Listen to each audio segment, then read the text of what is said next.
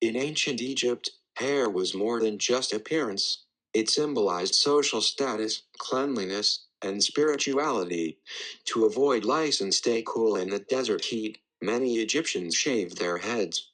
They then wore wigs or hairpieces made from human hair, wool, or plant fibers, which became markers of rank and fashion. Hair care was also tied to beauty and ritual.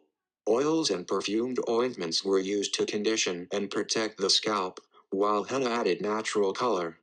Both men and women experimented with dyes, darkening their hair with vegetable extracts or even lead-based mixtures to achieve a youthful, elegant look.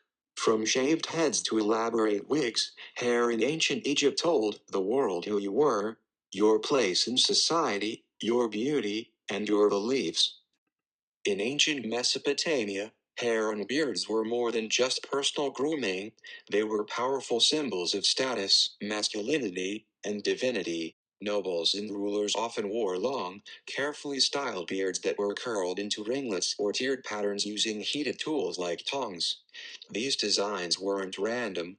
The more elaborate the styling, the higher the person's rank or wealth.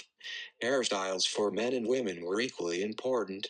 Noble women wore intricate braids and curls, sometimes adding ribbons or jewelry. Beards, in particular, represented power, wisdom, and virility. Kings were often depicted with thick, styled beards in art and sculpture, emphasizing their divine right to rule. Some Mesopotamian gods were also shown with long, curled beards, linking mortals' grooming practices to the divine. Grooming was elevated with perfumed oils made from sesame, cedar, or myrrh. These oils gave hair a glossy shine, kept it healthy, and added fragrance. For the wealthy, scented hair was as much a sign of refinement as jewelry or fine clothing.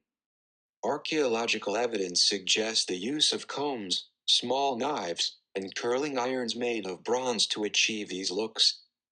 Urartian art and bronze reliefs show both men and women with well-groomed, stylized hair.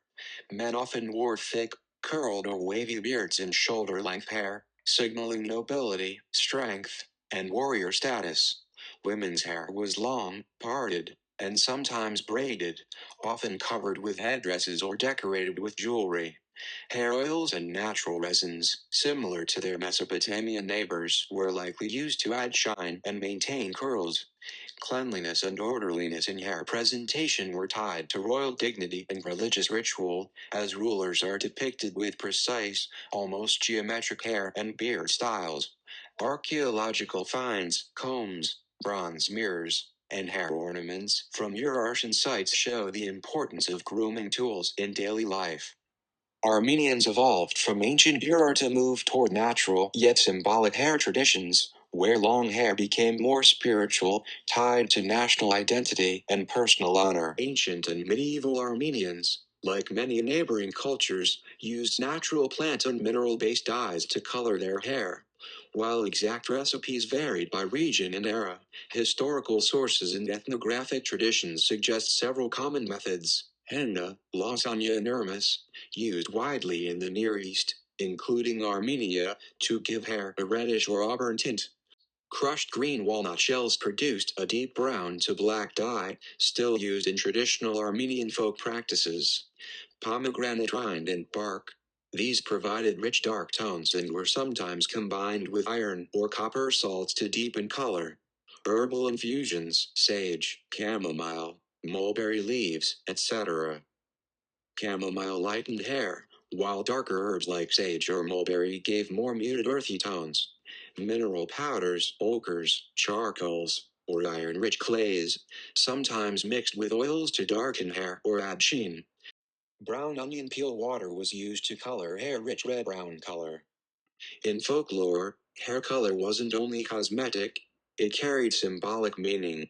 For instance, dark, shiny hair was prized as a mark of vitality and beauty. Reddish tones, from henna, could symbolize passion or special occasions like weddings. Hair in ancient India was more than just personal appearance. It held religious, cultural, and social meaning. Long hair was associated with vitality, beauty, and spiritual energy.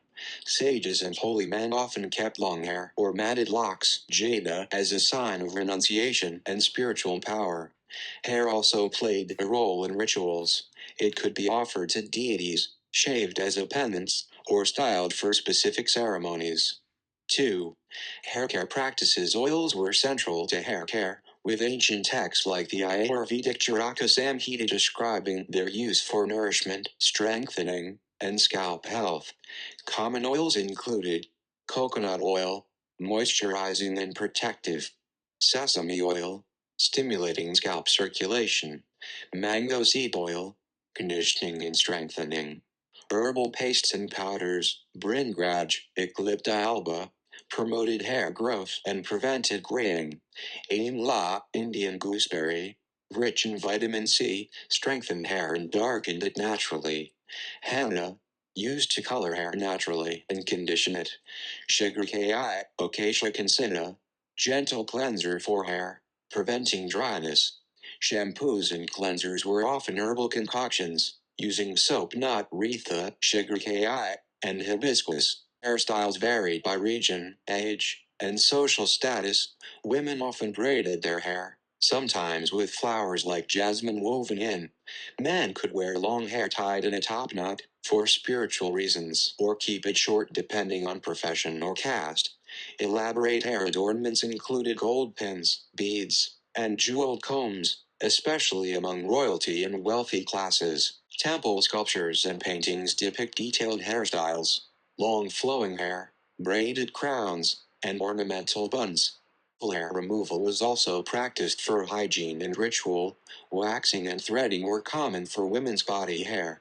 Shaving the head had religious or ceremonial significance, such as for pilgrimages or atonement rituals. Color and treatments. Besides henna for reddish tones, other natural ingredients were used to enhance hair color or gloss.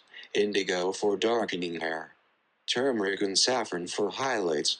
Regular oiling followed by gentle combing was considered essential for healthy, lustrous hair. In Greek culture, hair symbolized beauty, vitality, and divine favor.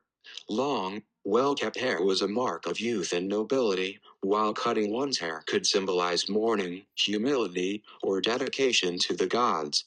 Both men and women associated elaborate hairstyles with social status. Greeks used mild rinses made from water, vinegar, and herbal infusions to cleanse the scalp and hair. Conditioning. Olive oil was the most popular treatment, massaged into the scalp and hair to add shine, prevent dryness, and promote growth. Fragrance.